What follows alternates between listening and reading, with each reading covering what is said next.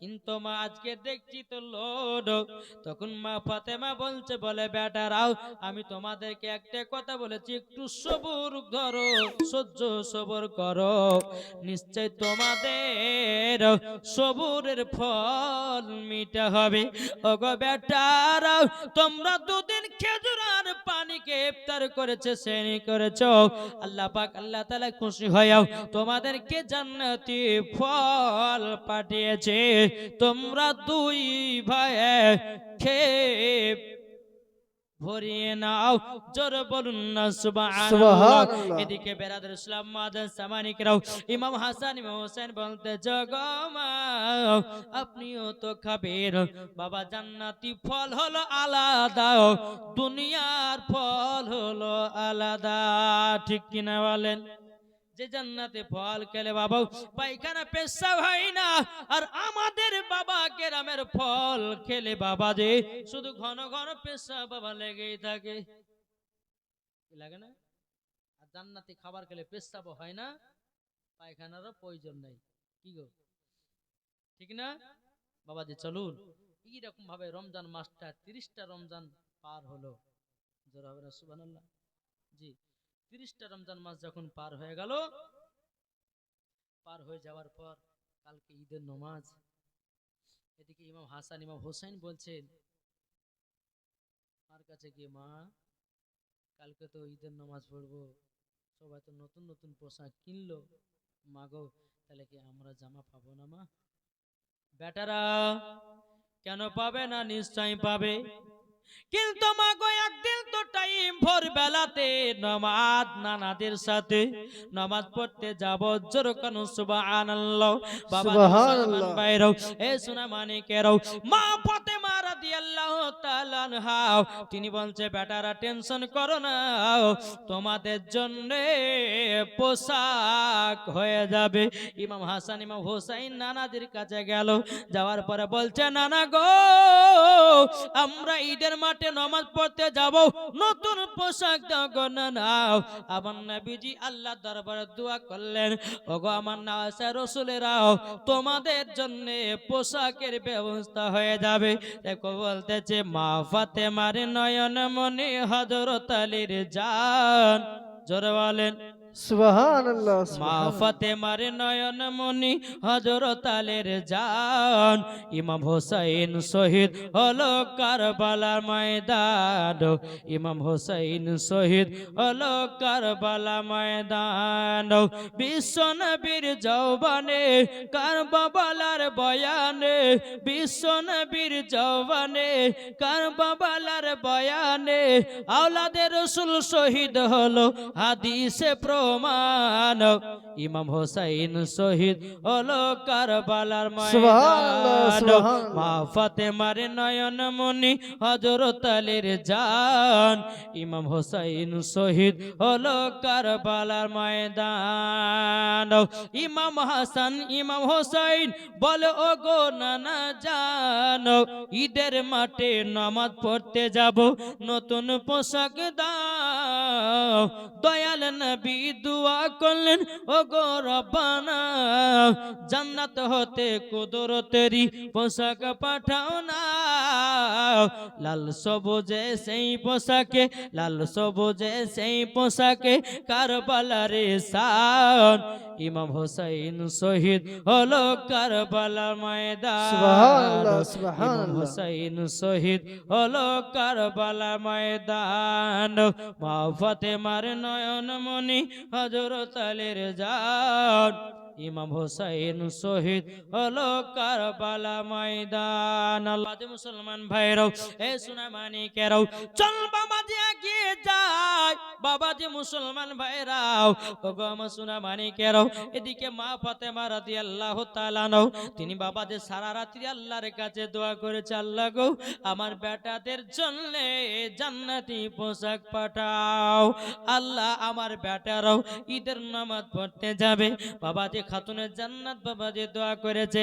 বেরাদুল ইসলাম মাদান সামানিক নামাও যখন ফজরের আযান দিতে দেখছি বাবা হযরতে বেলাল মা ফাতেমা রাদিয়াল্লাহু তাআলা আনহা ফজর নামাজের উপর আমার আল্লাহ পাকের কাছে আবার দোয়া করেছে, আল্লাহ গো আমার বেটারা ঈদের মাঠে নামাজ পড়তে যাবে, আল্লাহ গো আপনি পোশাকের ব্যবস্থা করে দিন। সকাল যখন হলো একজন মদিনার দর্জি সেজে মা ফাতেমার বাড়িতে যেন বাবা দুই ভাইয়ের জন্য পোশাক দিয়ে গেল। এদিকে মা সুবহানাল্লাহ। সকাল বেলায় মা ফাতেমার গেটের কাছে আপনার চিনলে বলতেছ গো খাতুনে জান্নাত, বলে কে গো তুমি? বলে মদিনার আমি দর্জি এসেছি। বলে কেন? বলে আপনার দুই বেটার জন্য পোশাক এসেছে। যখন বাবাজি মা পাতা বলছে, বলে আপনি যখন না কেন আমার গেটের কাছে জামা করে রেখে দিয়ে চলে যান, আমি অন্য সময়তে গেট খুলে আমি পোশাক গুলো নিয়ে নেব। রেখে দিয়ে বাবা চলে যায়। এদিকে মা ফাতেমা রাদিয়াল্লাহু তাআলা আনহা বাবা পোশাকটা ভিতরে নিয়েছে, বাবা যে খুলেছে বাবা পোশাকের রং ছিল বাবা সাদা। ওগো আমার সোনা মানিকেরাও, যেমনই পোশাকে পানি ছিটায়া দিয়ে যায় দুটা রং যেন বাবা আলাদা আলাদা হয়ে গেছে। সুবহানাল্লাহ। একটা হলো হলুদ বর্ণ, একটা হলো লাল। সুবহানাল্লাহ। দুটি পোশাক আলাদা, একটা হলো সবুজ আর একটা বাবাজি লাল। যখন দুটি পোশাক হয়ে গেল, এখন ইমাম হাসান ইমাম হোসেন বলছে মা গো আমাদের জন্য কি পোশাক এসেছে? তখন মা পথে বলছে বেটারো এ দেখো দুই কালার দুটা পোশাক, যার যেটা পছন্দ তোমরা নিয়ে নাও।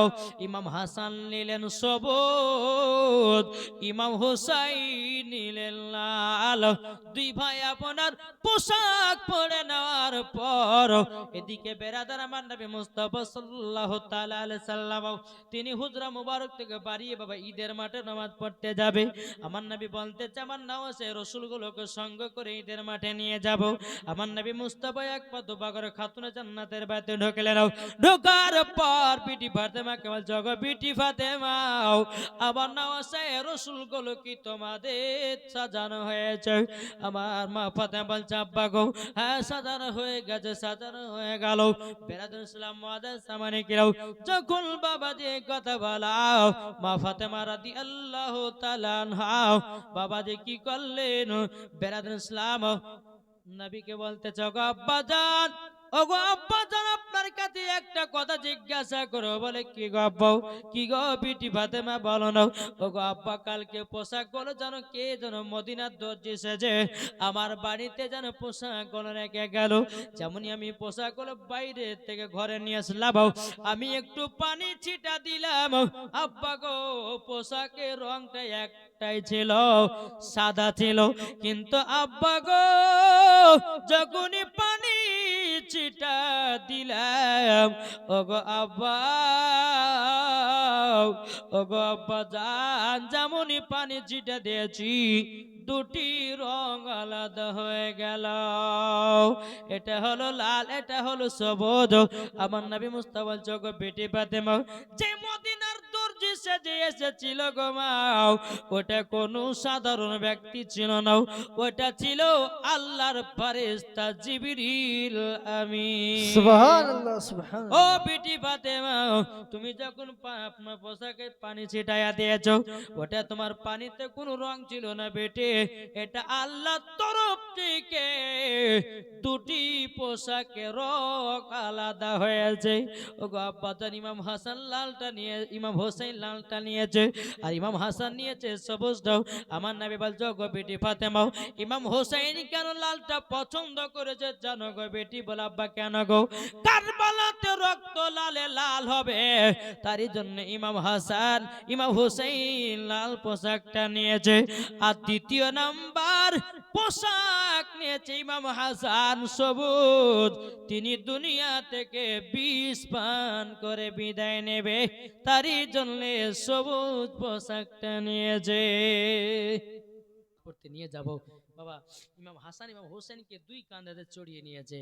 দেখো বলতেছে দুই কাঁধেতে চেপে আছে ইমাম হোসেন ও হাসান, ধীরে ধীরে চলেন ঈদগাহ ময়দান, ধীরে ধীরে চলেন ঈদগাহ ময়দান। কাল সকালে ঈদের নামাজ পড়ব মা জাননী, এখনো কি নতুন পোশাক কি নাম ওদের হয়নি, কি নাম ওদের হয়নি। জান্নাত রানী মা ফাতেমা, জান্নাত রানী মা ফাতেমা ওগো করোনা বায়ান, ধীরে ধীরে চলেন ঈদগাহ ময়দান, ধীরে ধীরে চলেন ঈদগাহ ময়দান। তুই কাঁধেতে চেপে আছে ইমাম হোসেন ও হাসান, ধীরে ধীরে চলেন ঈদগাহ ময়দান। আরে মা ফাতেমা হলে তিনি সকল নারীদের রানী, ও গো মা বোনেরা তোমরা শুনো, সেদিন যাবে জান্নাতি, সেদিন হবে জান্নাতি। মা ফাতেমার মতো যারা পর্দা করে যায়, মা ফাতেমার মতো যারা পর্দা করে যায়, ধীরে ধীরে যাবে তারাই জান্নাতের রাস্তায়। সুবহানাল্লাহ, তুই সুবহানাল্লাহ। কাঁধেতে চেপে আছে ইমাম হোসেন ও হাসান, ধীরে ধীরে চলেন ঈদগাহ ময়দান। হাসান হোসেনকে নিয়ে গেলেন ঈদের মাঠে। বাবা ঈদের মাঠে যাওয়ার পর বেরাদর ইসলাম সামানিকরাম ঈদের মাঠে নামাজ যখন আপনার সমাপ্ত করা হলো, সমাপ্ত করার পর আবার ইমাম হাসান ইমাম হোসেনকে কাঁধে চড়ে নিয়েছে। এখন উমারে পারে বলছে নবী গো, ও গো নবী যে আপনি সাওয়ারি তো খুব সুন্দর পেয়েছেন। আমার নবী বলতেছে বলো গো আবু বকর উমারে ফারুক, আমি সাওয়ারি, আমার সাওয়ারি দেখতে সুন্দর। ইমাম হাসান ইমাম হোসেন বলছো গো আবু বকর, তবে শুনে নিন আমার নানা জানো সুন্দর। সুবহানাল্লাহ, সুবহানাল্লাহ। টুক টুক টুক টুক করে বাড়িতে গেলেন। যাওয়ার পরে মা ফাতেমা রাদিয়াল্লাহু তাআলা নাকে বলতেছে ওগো বিটি ফাতেমা গো, ওগো বিটি ফাতেমা, তবে শোনো গো বিটি ফাতেমা, আমি তোমার দোনো বেটাকে আমি নিয়ে গেছিলাম ঈদের মাঠে। ওগো বিটি ফাতেমা, তবে শোনো গো তোমাকে একটা কথা বলে, বলে কি কথা গো আব্বা জানো, আজকে আমার নওশা রাসূলের দুই কাঁধে চড়েছিল এতই জান্নাতি তারা সরদার, এরা হলো দুই নওশা রাসূল। জোর বলে সুবহানাল্লাহ, সুবহানাল্লাহ। বাবা যে মুসলমান ভাইয়েরও এই সুনামানিকেরও এরকম ভাবে আপনার দিন যারা আছে বাবা যে মুসলমান ভাইয়েরও, একদিন মা ফাতেমার বাড়িতে বাবা 3 দিন ধরে চুলা জ্বলে না। ইমাম হাসান ইমাম হোসেন বলছে মা মাগো, আমরা খিদার জ্বালা সহ্য করতে পারি না গো মা, ওগো মা জননী একটু যদি খাবারের ব্যবস্থা করে দাও হয়তো আমাদের শান্তি পেতাম। জোর বলেন সুবহানাল্লাহ। সুবহানাল্লাহ।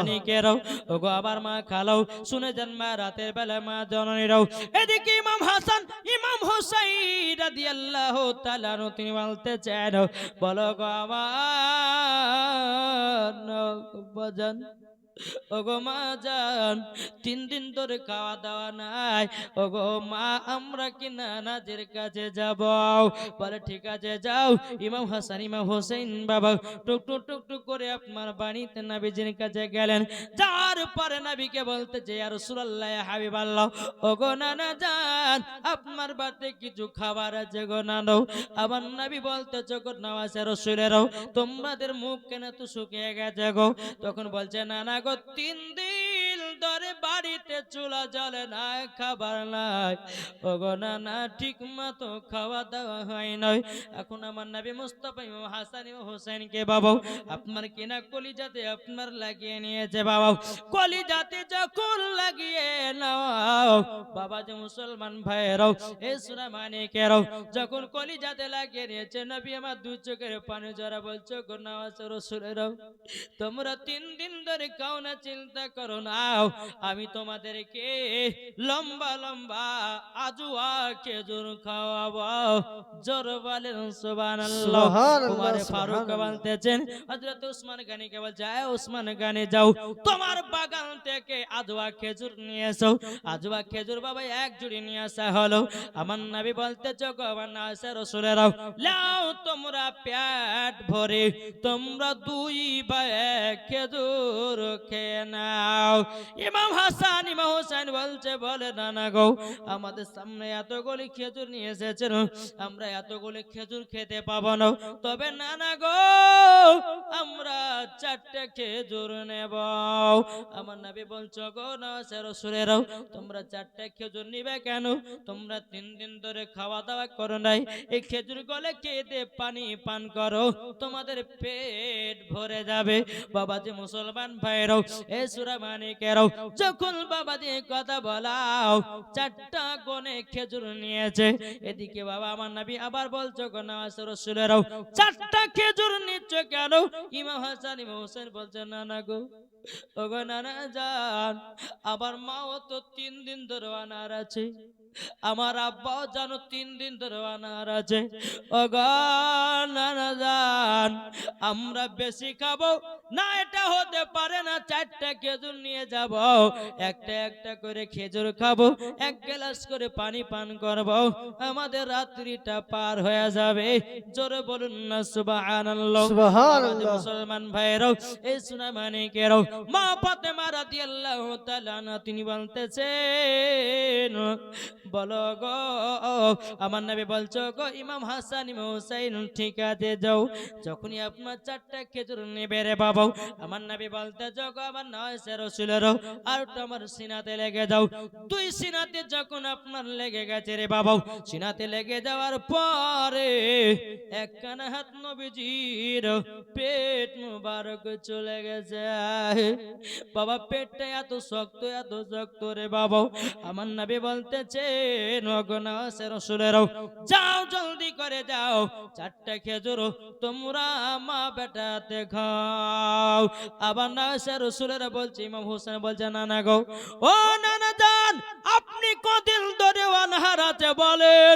আমার নবী বলছো গো নাসে রাসূলেরা তোমরা বুঝলা কেমন করে? বুঝেছো কেমন করে?